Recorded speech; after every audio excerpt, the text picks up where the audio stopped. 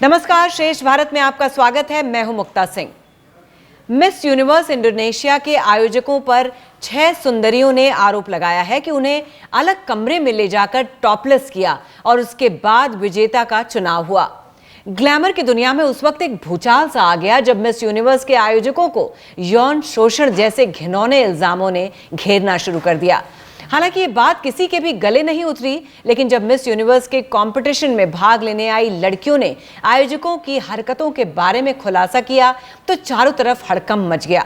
इल्जाम ये लगाया गया कि ऑर्गेनाइजर्स ने कम से कम आधा दर्जन लड़कियों को टॉपलेस किया और उसके बाद विनर का चुनाव किया गया। लेकिन जो लड़कियां पीड़ित थीं, उन सभी ने एकजुट होकर पुलिस और फेडरल इन्वेस्टिगेशन एजेंसी के पास इसकी शिकायत पहुंचाई और ये बात खुलती ही चली गई।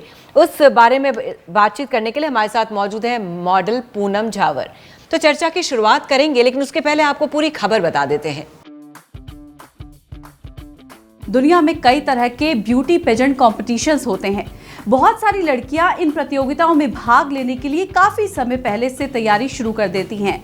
जिस भी कंट्री में ये प्रतियोगिता होती है, वहां कई देशों से खूबसूरत युवतियां अपनी किस्मत आजमाने पहुंचती है। ऐसे में इन युवतियों को आयोजकों और जजेस पर पूरा भरोसा होता है कि इनकी सेफ्टी का पूरा ध्यान रखा जाएगा, क्योंकि अपने परिवार से दूर, अपने देश से दूर, अपने सपनों को पंख लगाने के लिए एक अनजाने देश में पहुंचती हैं। लेकिन अब मिस यूनिवर्स इंडोनेशिया कंपटीशन को लेकर एक बड़ा खुलासा हुआ है। इस कंपटीशन के ऑर्गेनाइजर्स पर 6 लड़कियों को टॉपलेस करने का आरोप लगा है। इन 6 लड़कियों का आरोप है कि ऑर्गेनाइजर्स ने फिजिकल एग्जामिनेशन का बहाना बनाया। उनसे कहा गया कि टॉपलेस होकर ब्यूटी चेक करवाना होगा। इसके लिए उन्हें एक अलग कमरे में ले जाया गया और यहाँ पर पहले से 20 लोग मौजूद थे।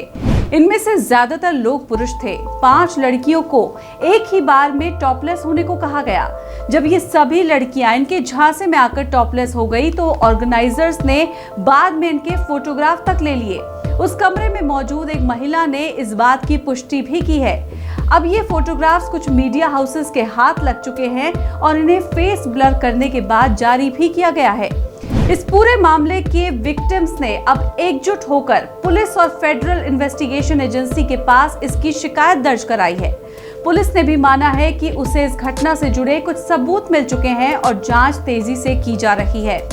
आपको बता दें कि ये ब्यूटी पेजेंट राजधानी जकार्ता में 29 जुलाई से 3 अगस्त के बीच कराया गया था। इसमें हिस्सा लेने वाली 6 लड़कियों का आरोप है कि उन्हें एक अलग कमरे में ले जाया गया और वहां 20 लोगों के सामने उन्हें टॉपलेस होने के लिए कहा गया। उनके फोटो लिए गए और वीडियो तक बनाया गया। ये मामला मीडिया में आने के बाद इंडोनेशिया की सियासत में भी बवाल होना तय माना जा रहा है। इंडोनेशिया की आबादी करीब 28 करोड़ है और ये दुनिया की चौथी सबसे बड़ी आबादी वाला मुल्क है। इंडोनेशिया दुनिया में सबसे ज्यादा मुस्लिम आबादी वाला एक देश है। यहाँ के कई धार्मिक संगठन ब्यूटी कॉन्टेस्ट का विरोध करते रहे हैं। एक रिपोर्ट की माने तो पिछले साल मुल्क के सेलिब्रिटी मीडिया टाइकून और transgender rights advocate Jakkaphong ने मिस यूनिवर्स इंडोनेशिया कॉन्टेस्ट कराया था और इस पर करीब $20 लाख खर्च हुए थे। मामले की गंभीरता को देखते हुए जकार्ता पुलिस इसकी तेजी से जांच कर रही है। साथ ही इस पूरे मामले में इस इवेंट के ऑर्गेनाइजर से भी जवाब मांगा गया है, लेकिन अभी उनकी तरफ से फिलहाल किसी सवाल का जवाब नहीं दिया गया। इतना बड़ा मामला सामने आने के बाद अगर जल्द ही कोई कार्रवाई नहीं होती है तो इंडोनेशिया में ऐसे ब्यूटी पेजेंट्स का विरोध और आग पकड़ सकता है। पूनम, बहुत बहुत स्वागत है आपका श्रेष्ठ भारत में। ये जो आपने पूरी खबर सुनी, क्या कहेंगी आप? खबर तो बहुत दुखदाई है, क्योंकि अब ऐसा वक्त नहीं रह गया कि लड़कियों के साथ इस तरह के हादसे हों और इतनी बड़ी तरीके से हादसे हों। सिर्फ एक मिस इंडिया और मिस वर्ल्ड में पार्ट लेने के लिए और ये बहुत ही शर्मनाक है कि लड़कियों के साथ इस तरह का ट्रीटमेंट आज भी होता है। लेकिन इसके अगेंस्ट लड़कियों को खुद अपने आप उसका एक्शन लेना चाहिए था। अगर उन्हें इस तरह से टॉपलेस करने को कहा गया तो उनको तुरंत उस वक्त भी एक्शन लेना चाहिए था। तो बहुत मतलब लड़कियों के प्रति अभी भी आदमी लोगों की नीयत खराब है। ये बहुत गंभीर मामला है एक्चुअली देखा जाए तो। पूनम, ये लड़कियां अपने घर से दूर, अपने देश से दूर, अपने सपनों के साथ वहां तक जाती हैं और उसके बाद अगर इस तरह की चीजें आती हैं तो किस तरह से आपका मनोबल टूटता है? आप खुद इस फील्ड से जुड़ी हुई हैं, ये पहली बार नहीं हुआ है, पहले भी इस तरह की शिकायतें आती रही हैं। ये लड़कियां जो इतनी दूर, अपने घर से दूर, अपने देश से दूर, अपने सपनों के साथ वहां तक पहुंचती हैं, और जब इस तरह की चीजें, इस तरह की घटनाएं होती हैं तो कैसे मनोबल टूटता है। एक्चुअली बहुत ज्यादा दुखदायक होता है, क्योंकि आई टेल यू, जब ये यहाँ तक पहुंचने के लिए लड़कियों की बहुत मेहनत लगती है, उन्हें ट्रेनिंग होती है, उनके फैमिली इतना पैसा खर्चा करते हैं, उनकी मेंटल स्टेट वहां तक होती है कि बस ये जीतना ही है किसी भी हाल में। तो वो अब उस वक्त जब ये सब चीजें सामने आती है तो मनोबल तो कहाँ कहाँ रहेगा। वो बेचारी डरी इतनी होती हैं, इतनी परेशान होती हैं वहां तक पहुंचने में। तो वो मुझे लगता है कि ये इस तरह की चीजें बहुत दुखदाई हैं और ऐसा नहीं होना चाहिए।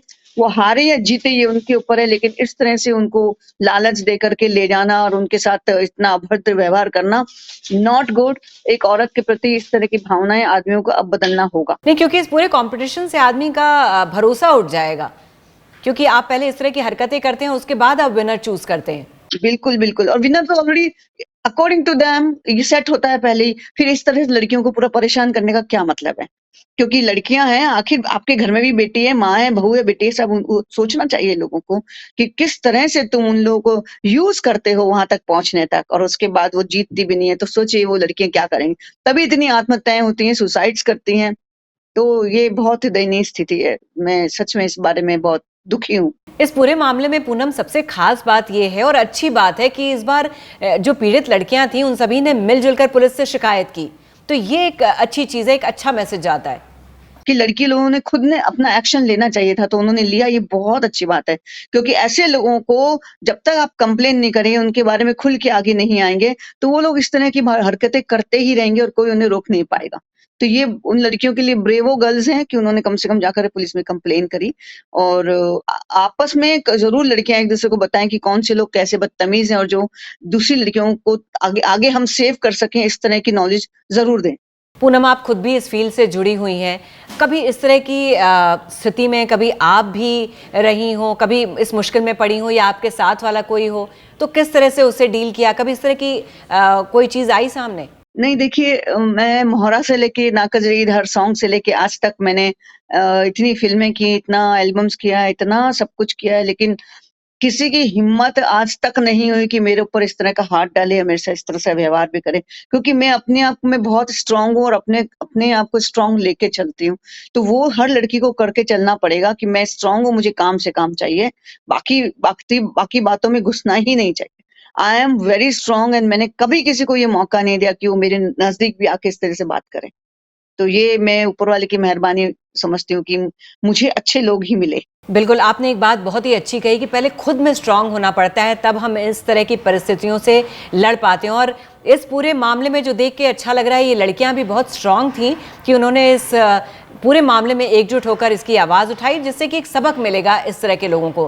पूनम, एक आखिरी सवाल, आप लड़कियों को क्या मैसेज देना चाहती हैं? मैं सबसे पहले तो मेरा बहुत ही छोटा सा मैसेज है कि अगर ये लड़कियां गांव से इधर उधर से ये सोच के आती हैं कि हर लड़की एक बड़ी हीरोइन बन जाएगी या मिस वर्ल्ड बन जाएगी, मिस इंडिया बन जाएगी, मैं नहीं कहती कि ना बन पाएंगी, मेहनत करेंगे, हर जगह कहीं ना कहीं आदमी पहुंचता है।